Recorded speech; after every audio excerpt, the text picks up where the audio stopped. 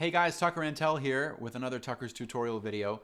Today's video is a really cool pattern that I've been practicing for the last few months, featuring a concept that I'm calling an inchworm pattern, or it could also be called a step ladder. At the end of the video, you decide which one you think is a better name for it, or if you have a better name than that, please comment below. Welcome all suggestions. The sheet music for this is found in a link below. It's a PDF that can also be found on my website, tuckerantell.com/tutorials. So what we're talking about today is a 4-note shape that ascends or descends the chromatic scale. In this case, we're going to be using minor thirds and major thirds. So we're going to start on a C, concert C, and we're going to leap up a minor third to an E flat. Then we're going to move up a half step on the top note to an E natural, and then come back down to the C. So C, E flat, E, C. What that did was we went up a minor third, but when we made the leap down, it's now a major third. So keep that in mind. Then the C on the bottom moves to a C sharp, and then we make a leap up a minor third to the same note we just came from, which was an E. Move that up now to an E sharp or an F, and back down to the C sharp. So what that keeps creating is minor third up, major third down, and then we keep moving one note at a time like that, kind of like you're climbing a step ladder, or kind of the way that an inchworm moves along. So it sounds pretty cool, and it's a real brain teaser.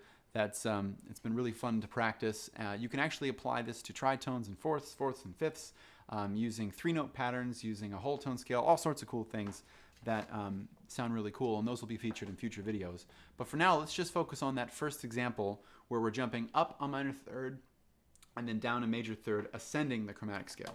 It sounds like this.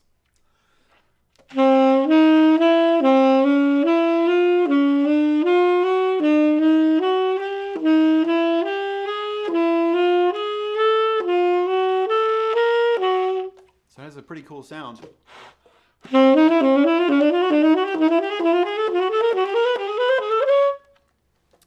And it sounds like you're just doing a regular, minor thirds and half steps, but instead of resetting every time that you leap down,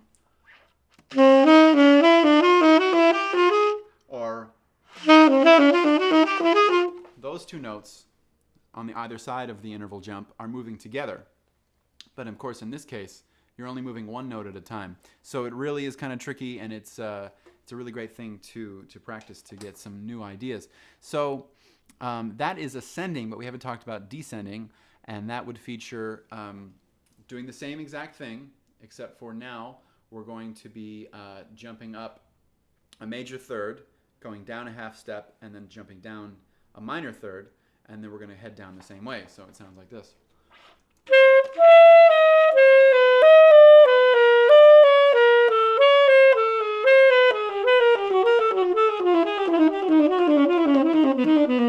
It's got a pretty cool sound. I heard this in a guitar solo. It was a really cool sounding pattern, sort of played in a floating sort of rubato rhythm over a vamp section, and I thought it had a really cool texture and a really cool sound. There's another way that you can adapt this that I have on the sheet below, which is to change up which interval occurs first. So instead of jumping up a minor third, moving a half step down a major third, what we're going to do is we're going to jump up a major third first, C to E, then we're going to move chromatically down to an E flat and then jump down a minor third. So what this does is the chromatic movement that we're doing is actually going to be in the opposite direction of the chromatic scale that we're moving up. So instead of leaping, moving chromatically up, and then going chromatically up, chromatically up, chromatically up, they're actually they're going up the chromatic scale but moving down the chromatic scale at the same time. So the shape, simply put, is different, and it sounds a lot different too.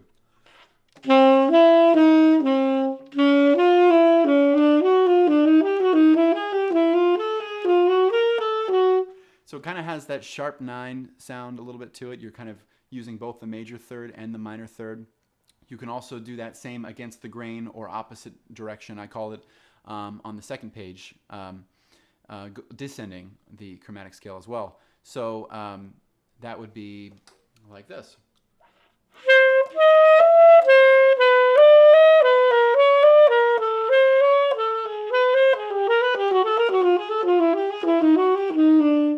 So that has a whole other sound to it as well, and they both sound really cool.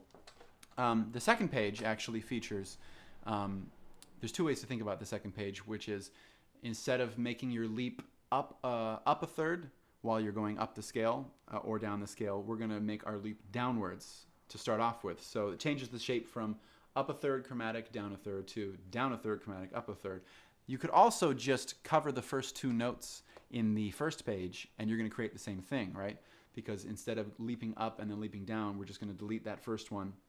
So whether you think about it as deleting a beat and starting on the other side, or you're thinking about it as you're leaping downwards instead of leaping upwards, either way, it does feel different on the fingers, and to be thorough would be a good thing to practice as well. So instead of going,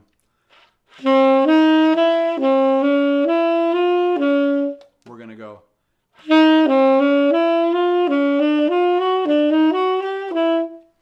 kind of like that. So have fun with that.